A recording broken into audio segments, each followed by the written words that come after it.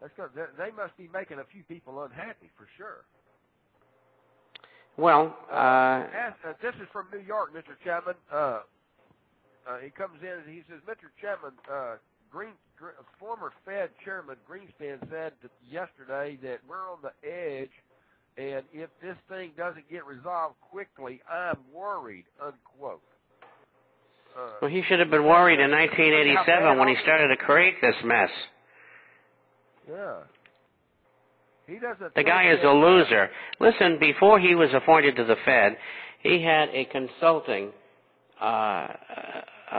business, and he had no clients. The guy was a total loser, and he's still a loser.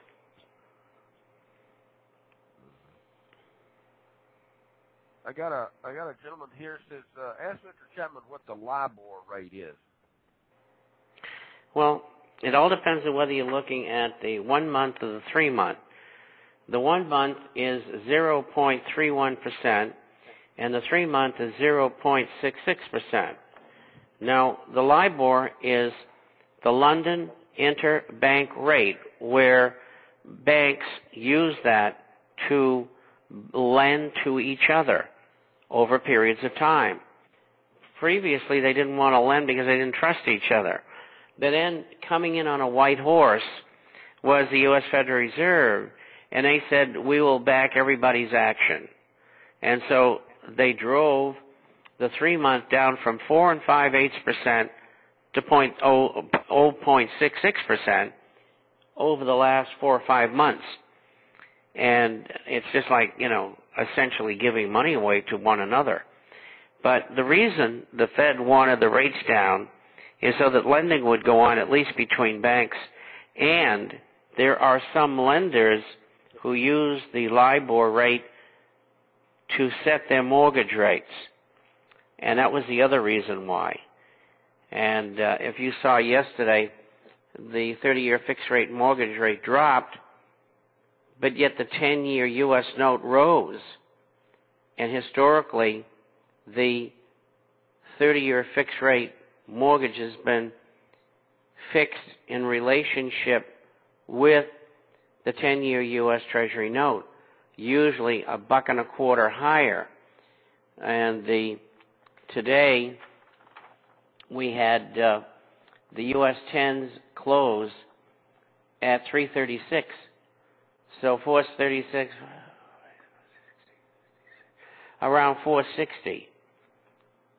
And the rate is around 465 right now.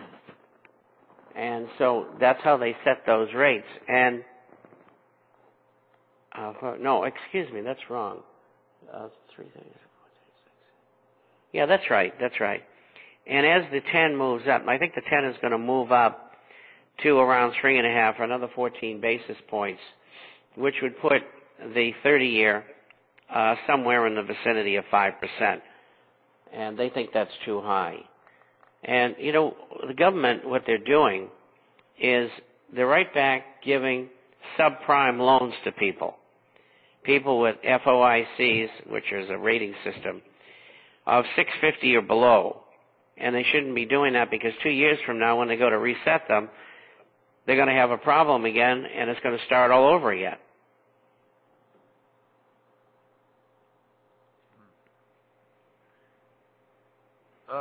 I got Drew. Up in Michigan. Go ahead. I got interrupted by some friends. I said Michigan. I meant Maine.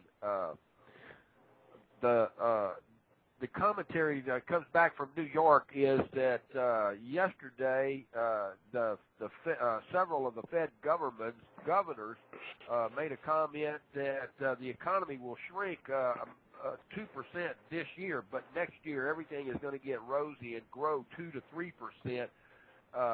And this is what they're estimating. This doesn't make sense to me, Mr. Chapman. These guys are basically saying that, okay, it's all right for everything to collapse right now, but next year it's going to come we're going to regain everything. They lie about everything. They've been lying for 22 months. They've been lying for years. And they ain't going to get away with it anymore. And my estimates are as follows. The fourth quarter of last year, the gross domestic product, GDP, was minus 6.3%. In the first quarter, it was minus 6.1. My projection for the second quarter will be minus 5%. The third and fourth quarter will be minus 4%. Next year, it could get down to even, and that's it. And that's because they put a lot of the stimulus package into next year because it's an election year.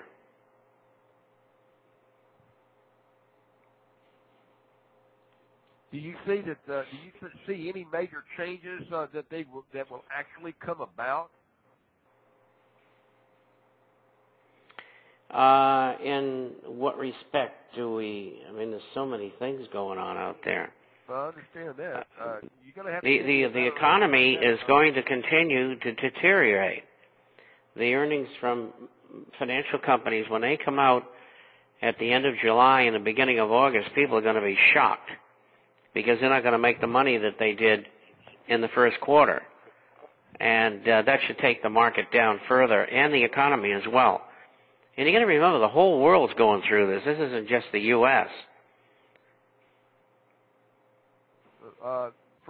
This comes in from Doug in Ireland. He says, Mr. Chapman, if 25% of the people over here are looking to move somewhere, what's wrong with moving to Norway or Finland or Sweden even?